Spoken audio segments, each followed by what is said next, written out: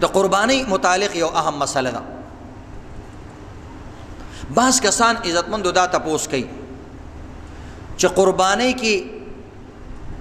طاق ایسی او جفت ایسی جوړول څنګه دي، یعنی په دوو کسه باندې قربانی کول څنګه دي او په درې باندې څنګه دي، په څلورو باندې قربانی کول صحیح دي کنه دي او په پنځو باندې قربانی کول صحیح دي کنه دي. بعضی کسانو تشک او شوبه پیدا کیږي، وایي زه مثلا چې په دریو حصو باندې قربانی تقسیم کړي نو صحیح طریقې ته تقسیم شوه، چې جفت تقسیمې نو یو حصہ پکې کمیږي او زیاتیږي، دا بس کی دا ستا خپل سوچونه دي پسې بس. آسانه مسله دا ده چې یو غټ څاروی غوا غوی میخه اوخه او دغه رنګې چې کوم دی سنډا په دې څاروو کې وایي سي جوړېدی شي. که دا انسان په یو کس باندې قرباني کوي هم صحیح ده، وواڼه یې ځان لکوي هم صحیح ده. که یو انسان په دوی تقسیموي نیمه غوا زما نیمه مې د ښځې یا نیمه زما او نیمه مې د پلار یا د مور هم صحیح دي. دې کې به دې ته نه وایي چې دا خو درې نیمې حصې د یو شوې او درې نیمې حصې د بل شوې، ځکه په څاروي کې وایي سي که نه، نو چې په دوی تقسیم کې د یو درې نیمې او د بل درې نیمې شوې، یاره دا نیمه نیمه حصه پکې څنګه راله، دا سوچونه ورته مه کوه. او یو حصه که په دریو تقسیمې هم صحیح ده، یو حصه مطلب یو څاروی، یو حصه نه یو څاروی، غټ څاروی که په دریو کسانو علالې هم صحیح ده، که په څلورو کسانو علالې هم صحیح ده، که پنځو کسانو باندې علالې هم صحیح ده، که په شپږو حصو باندې تقسیمې هم صحیح ده، که په اوو حصو باندې تقسیمې هم صحیح ده. دې کې منځ کې یو قسم یو طریقه هم داسې نشته چې پکې غلطي. اوس د انسان ذهن کې سوال راځي چې په پنځو کسانو دې تقسیم کړه نو پنځه حصې خو پوره پوره ورسېدې، باقي پاتې دوه حصې، نو دا دوه حصې څنګه په پنځو کسانو تقسیمې؟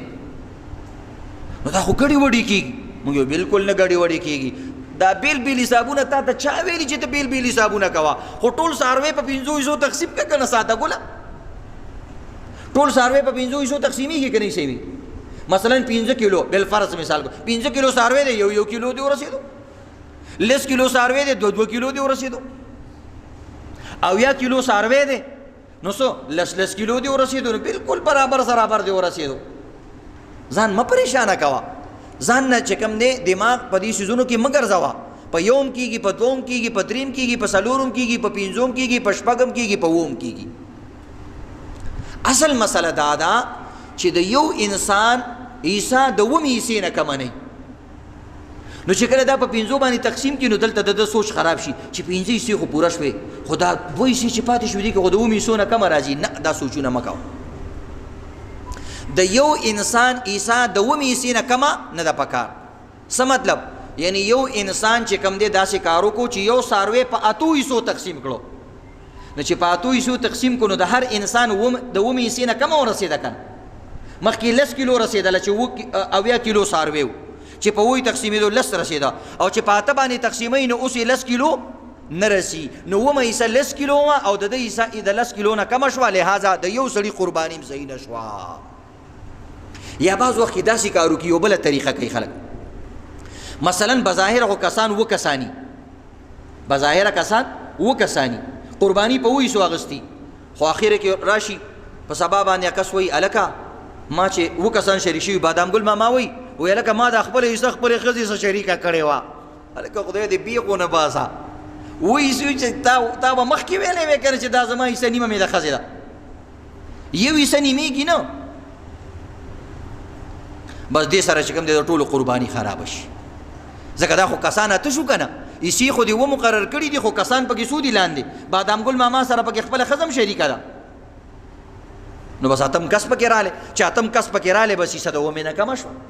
لہذا چې کوم کسان مشترک قرباني کوي نو هغه د ملګري نه تپوس کوي چې وایي ته یو کس یې که 2، چې هغه وایي زه 2 کسان یم، ویې وروره بیا به 2 حصې اچې، که هغه وایي زما ښځه به څه کوي؟ وایي ښځې له یې مه کوه که نه، یا چې په ښځه دې ده بیا 2 حصې وکړه که نه، یا چې په ښځه دې نه ده خیر دی حصه په خپله وکړه، غوښه ټوله ښځې له ورکړه، ورته دا ټوله ستا شوه، هېڅ خبره نه ده، ښځه دې راضي کړه ټوله ورته په جولۍ کې واچوه، دا ټوله غوښه سره د پړپوس نه او سره د لري نه، هېڅ خبره نه ده، غوښه وله ټوله ورکړه، خو حصه چې مقررې د یو کس به مقررې، دا یاد لرئ عزتمند. بس اسانه مسله شو. د 2 کسان نه زیات مه شریکېږئ، 9 کسان 10 کسان دا قربانی کې شریک شو قربانی د ټوله لاړه خراب شو به دوباره قربانی کې چې د اختر ورځې وي یو مسله دا شوې